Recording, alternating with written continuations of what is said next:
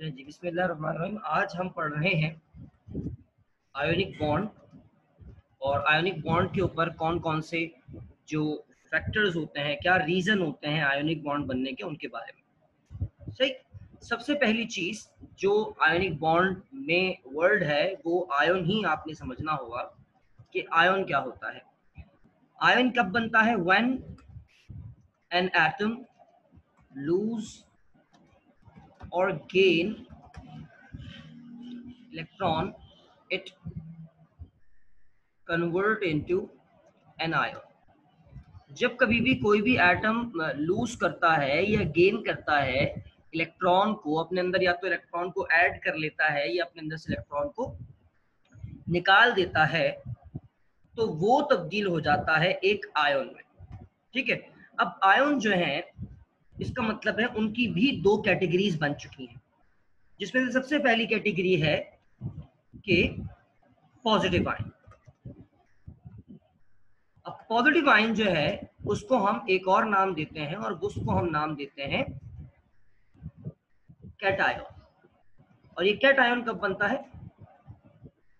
when an atom lose its one or more valence electron, it convert into cation। जब कभी भी कोई भी एटम अपना एक या एक से ज्यादा इलेक्ट्रॉन जो है वो लूज करता है, तो वो एटम जो है वो तब्दील हो जाता है पॉजिटिव आयन में, और उस पॉजिटिव आयन को हम एक और नाम देते हैं, और वो नाम क्या देते हैं? कैटायन। अब पॉजिटिव आयन को कैटायन इसलिए देते हैं क्योंकि आपने पढ़ रखा है एक वर्ड कैथोड। कैथोड के ऊपर जो चार्ज होता है वो होता है नेगेटिव, और जितने भी पॉजिटिव चार्ज होते हैं वो सब के सब किसकी तरफ मूव करते हैं? नेगेटिव कैथोड की तरफ मूव करते हैं। That is why these ions are known as cation. ठीक है। Cations carry positive charge, and because of their charge they will move toward cathode. That is why they are known as cation. अब दूसरा जो ion है हमारे पास जो बनता है वो बनता है because of gain of electron. उस आयन को हम कहते हैं नेगेटिव आयन, यानी कि एनायन। अब ये एनायन क्या है? एनायन का मतलब क्या है और कैसे बनता है? When an atom gain one or more electrons from another atom, it convert into an ion। An ion मतलब एन, एन का मतलब यहाँ पर है, एन हमने जो यहाँ पर लिया है वो लिया है किससे? एनोड से लिया है। और हम सब ये बात जानते हैं कि एनोड पे पॉजिटिव चार्ज होता है। During the electrolysis, during the electrical influence of an atom, किसी भी एटम पे जब कोई इलेक्ट्रिकल इन्फ्लुएंस होगा तो these negative ions will move toward anode. These negative ion will move toward the positive pole of the magnetic and electric field. That is why these ions are known as negative ions। सही जी। तो यहां पर हमने positive ions भी पढ़ लिए और negative ions भी पढ़ लिए। अब एक और बात यहां पर हमने पढ़नी है कि पॉजिटिव आयंस किस तरह के एलिमेंट्स पॉजिटिव आयंस फॉर्म करते हैं। ठीक। तो इसका जो हमारे पास आंसर है वो क्या है? All the metals will form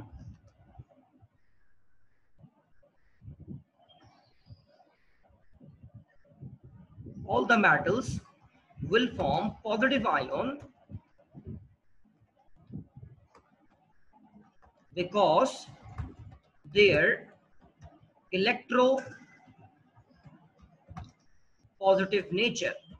जितने भी हमारे मेटल्स होते हैं वो तमाम के तमाम जो हैं वो पॉजिटिव आयन बनाते हैं, कैटायन बनाते हैं। क्योंकि जो उनका नेचर होता है वो, उनका नेचर कैसा होता है? Electro positive. Electro positive nature का मतलब क्या है? अल्लाह ताला ने उनको बनाया ही ऐसे है कि दे विल लूज इलेक्ट्रॉन, वो हमेशा अपने इलेक्ट्रॉन्स को लूज करते हैं। और दूसरा यहाँ पर जो पॉइंट हो सकता है वो पॉइंट क्या हो सकता है? why metals are electropositive, metals electropositive क्यों होते हैं? तो उसका आंसर ये है, all the metals are electropositive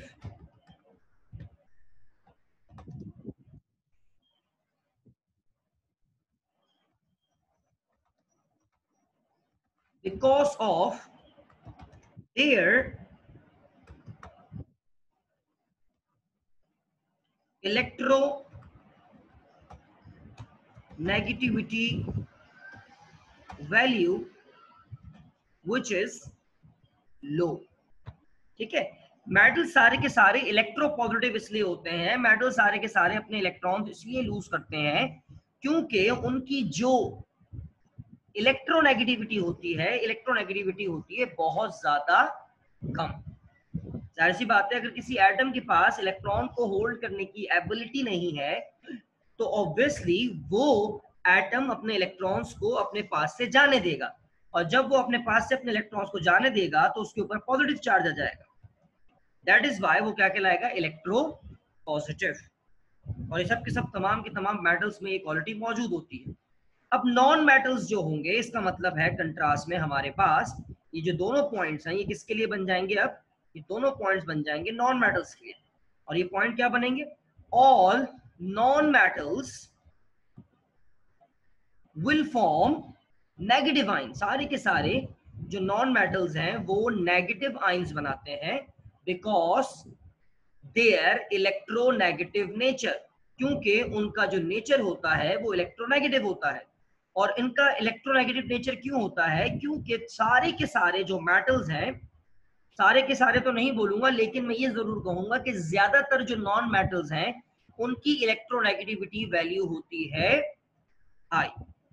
तो इससे क्या बात पता लगी, इससे ये बात पता लगी हमें कि ionic bond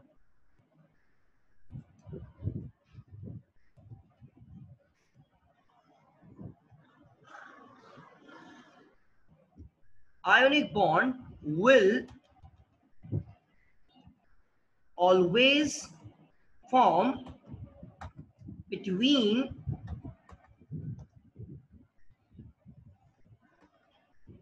metals and non metals. ये बात आपने अपने जहन में बिठा लेनी है कि आयनिक बॉन्ड हमेशा मेटल और नॉन मेटल के बीच में ही बनेगा। कभी भी ऐसा नहीं होगा कि आयोनिक बॉन्ड मेटल और मेटल के बीच में बन जाए, और कभी भी ऐसा नहीं होगा कि कोई आयोनिक बॉन्ड जो है वो नॉन मेटल और नॉन मेटल के बीच में बन जाए। ऐसा पॉसिबल नहीं है।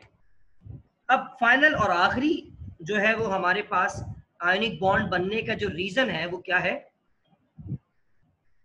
ionic bond will form if the difference of electronegativity